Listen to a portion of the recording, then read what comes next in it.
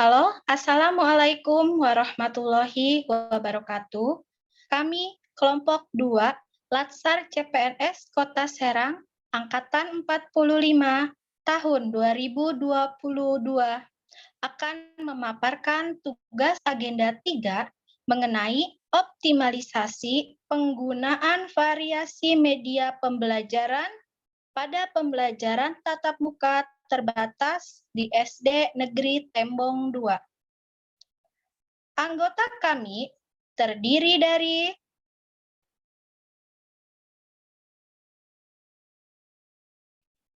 Tanti Fitriawati sebagai ketua kelompok dengan anggota terdiri dari Arina Faza Zulfa,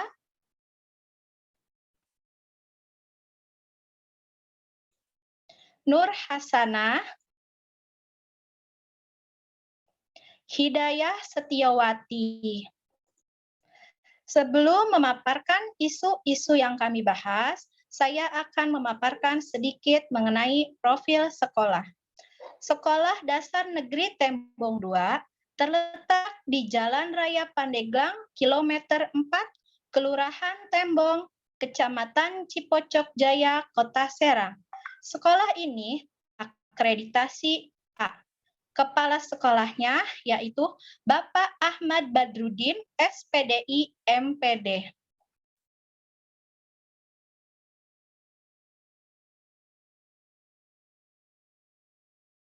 Berikutnya yaitu identifikasi isu-isu. Yang pertama adalah kurangnya pemanfaatan perpustakaan di SD Negeri Tembong 2. Fakta yang kami dapat, sejak pandemi COVID-19 yang terjadi di awal tahun 2020, pada akhirnya menunjukkan pengaruhnya terhadap pemanfaatan perpustakaan di SDN Tembong 2. Hal ini dikarenakan adanya peraturan yang memberlakukan pembelajaran tatap muka terbatas dan tidak boleh berkerumun untuk memutus mata rantai penyebaran COVID-19, sehingga peserta didik masih kurang termotivasi untuk mengunjungi perpustakaan dalam meningkatkan keterampilan membaca. Dampak yang ditimbulkan yaitu kurangnya pemanfaatan perpustakaan di SDN Tembong 2, yakni peserta didik tidak dapat memahami konteks bahan bacaan meskipun bacaan tersebut sederhana. Keterkaitan isu dengan manajemen ASN dan Smart ASN, yaitu tanggapan kami sebagai ASN di SDN Tembong 2, baik secara pribadi maupun secara profesional, sangat menyayangkan kurangnya pemanfaatan perpustakaan SDN Tembong 2. Dalam peranan kami sebagai ASN, kami harus menjadi pelayan publik yang mengedepankan profesionalitas dan tentunya memberikan pelayanan yang berkualitas kepada peserta didik yang diajar. Dalam kaitannya dengan program Smart ASN, maka kami mencoba memberikan solusi praktis untuk melihat ketertarikan peserta didik terhadap kegiatan membaca dengan cara library digital yang dapat digunakan di mana-mana. Isu yang kedua yaitu kurangnya kedisiplinan peserta didik pada PTMT. Fakta yang kami temukan, sejak pembelajaran tatap muka terbatas diberlakukan, hal ini membuat adanya hambatan bagi guru dan peserta didik dalam melaksanakan pembelajaran tak luput dari kedisiplinan peserta didik saat datang ke sekolah. Masih ada beberapa peserta didik yang masih datang terlambat. Dampaknya, tidak disiplinnya peserta didik dalam datang ke sekolah tidak hanya dirasakan oleh guru saja, namun juga oleh orang tua wali murid tersebut. Proses pembelajaran di dalam kelas menjadi terganggu atau terhambat. Keterkaitan isu dengan manajemen ASN dan Smart ASN, yaitu dalam pembelajaran tatap muka terbatas, yang perlu ditekankan yaitu sinergisitas antara pihak sekolah yang diwakili oleh guru dan pihak orang tua murid sebagai pembimbing peserta didik dalam belajar tatap muka terbatas. Hal ini diperlakukan untuk terlaksananya pembelajaran yang kondusif dan juga efektif. Di samping peran orang tua peserta didik, guru juga memiliki peran strategis dalam memotivasi mereka untuk disiplin belajar, semangat melaksanakan tugas, dan disiplin mengumpulkan tugas. Isu yang ketiga yaitu kurangnya bervariasi penggunaan media pembelajaran pada PTMT. Fakta yang kami temukan saat pandemi COVID-19 menunjukkan pengaruhnya terhadap variasi penggunaan media pembelajaran pada PTMT. Hal ini dikarenakan adanya peraturan yang memberlakukan pembelajaran tatap muka terbatas, sehingga pembelajaran jadi kurang efektif dan banyak guru tidak menggunakan media dalam proses belajar mengajar. Hanya terpusat pada buku paket saja. Dampaknya, tidak menggunakan variasi media pembelajaran pada PTMT, yaitu minat belajar peserta didik menjadi menurun. Sehingga peserta didik jadi mudah bosan untuk belajar dan mengerjakan tugas, serta pembelajaran menjadi monoton. Keterkaitan isu dengan manajemen ASN dan Smart ASN, tanggapan kami terhadap ASN di Tembong 2 hendaknya meningkatkan kemampuan multimedianya untuk mewujudkan Smart ASN di era milenial ini. Menggunakan berbagai media pembelajaran, bukan hanya media konvensional, tapi media yang berbasis digital. Sebagai ASN memiliki tanggung jawab profesional untuk selalu meningkatkan etos kerjanya sebagai pelayan publik. Isu yang keempat yaitu rendahnya kesadaran peserta didik dalam menerapkan prokes. Fakta yang kami temukan, sejak pembelajaran tatap muka terbatas diberlakukan, peserta didik di sekolah menggunakan protokol kesehatan yang benar. Namun, berdasarkan hasil pengamatan, masih ada beberapa peserta didik yang tidak menggunakan masker saat bersekolah. Dampak dari tidak menerapkan protokol kesehatan dengan baik dapat menyebabkan peserta didik terpapar virus COVID-19.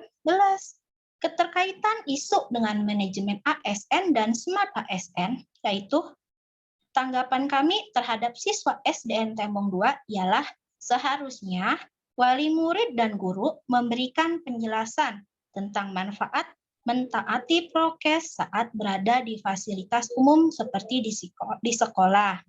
Sebagai Smart ASN, guru bisa memberikan simulasi secara digital tentang dampak dilanggarnya prokes yang dapat membahayakan kesehatan diri sendiri, keluarga, dan masyarakat lainnya.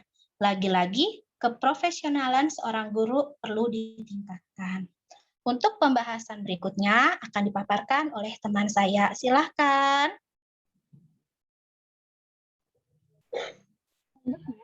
Setelah teridentifikasi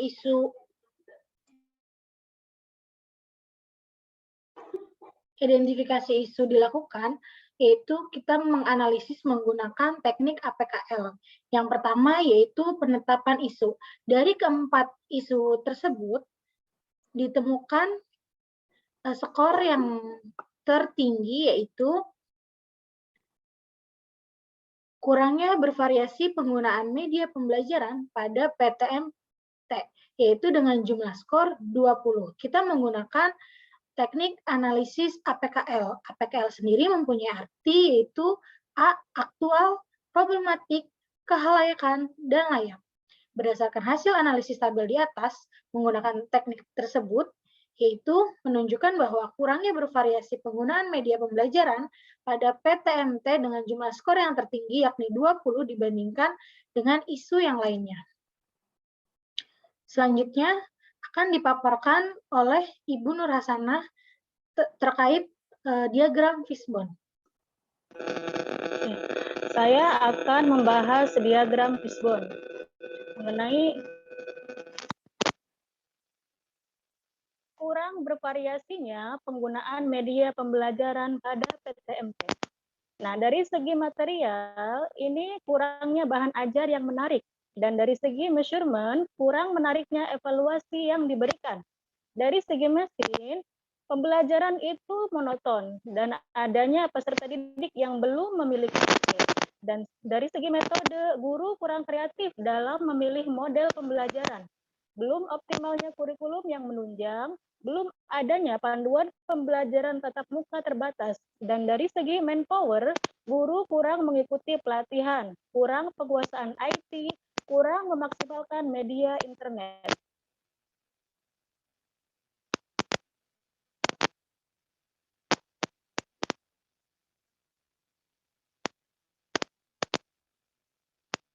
Selanjutnya, kami menganalisis isu dengan menggunakan USG. Nah, analisis USG ini, U-nya adalah urgensi, S-nya adalah serius, dan G-nya adalah growth. Nah, adapun penyebab-penyebabnya, yang pertama, guru kurang mengikuti pelatihan. Yang kedua, kurang penguasaan IT. Yang ketiga, kurang memaksimalkan media internet. Yang keempat, pembelajaran monoton. Yang kelima, adanya peserta didik yang belum memiliki HP. Yang keenam, kurangnya bahan ajar yang menarik. Dan yang ketujuh, guru kurang kreatif dalam memilih model pembelajaran. Yang kedelapan, belum optimalnya kurikulum yang menunjang. Yang kesembilan, belum adanya panduan pembelajaran tatap muka terbatas. Dan yang terakhir, yang 10, kurang menariknya evaluasi yang diberikan. Berdasarkan analisis USG, penyebab-penyebab yang paling tinggi itu yaitu yang keempat, pembelajaran yang monoton. Nah, demikian pemaparan dari saya. Untuk selanjutnya akan dibahas oleh Ibu Hidayah. Dipersilahkan.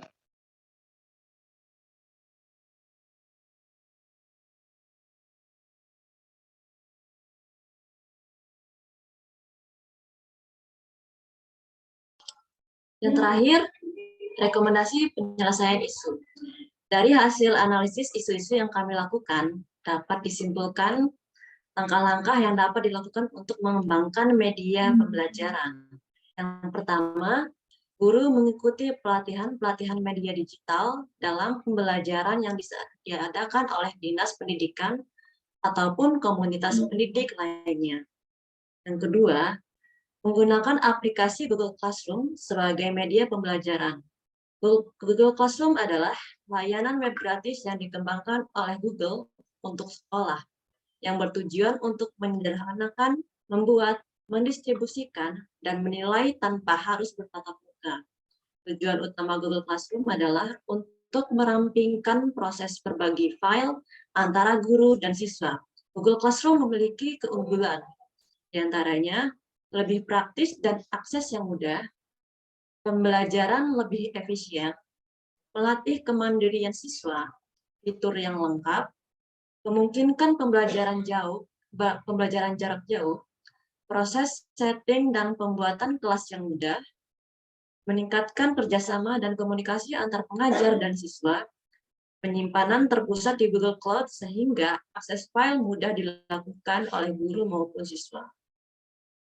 Kemudian yang ketiga, menggunakan media modul digital sebagai sarana pembelajaran, selain buku konvensional. Modul digital merupakan bahan ajar yang didesain secara menarik dan memudahkan peserta didik dalam mengaksesnya. Kelebihan e-modul atau elektronik modul adalah lebih menarik karena dapat dilengkapi dengan fasilitas multimedia, yaitu gambar, animasi, audio, dan video.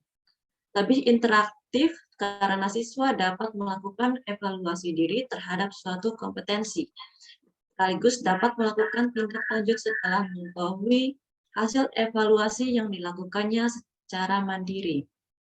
Yang keempat atau yang terakhir, menggunakan aplikasi Google Form dalam proses penilaian evaluasi. Google Form adalah perangkat lunak administrasi survei yang disertakan bagian dari rangkaian pendampingan Google.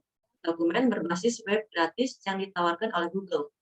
Formulir menampilkan semua fitur berbagi yang ditemukan di dokumen, spreadsheet, dan slide. Kelebihan Google Form yaitu mempermudah pelaksanaan survei Pengguna atau pembuat survei hanya perlu mengirimkan suatu link kepada para audiens ataupun responden, dan dalam hal ini adalah siswa.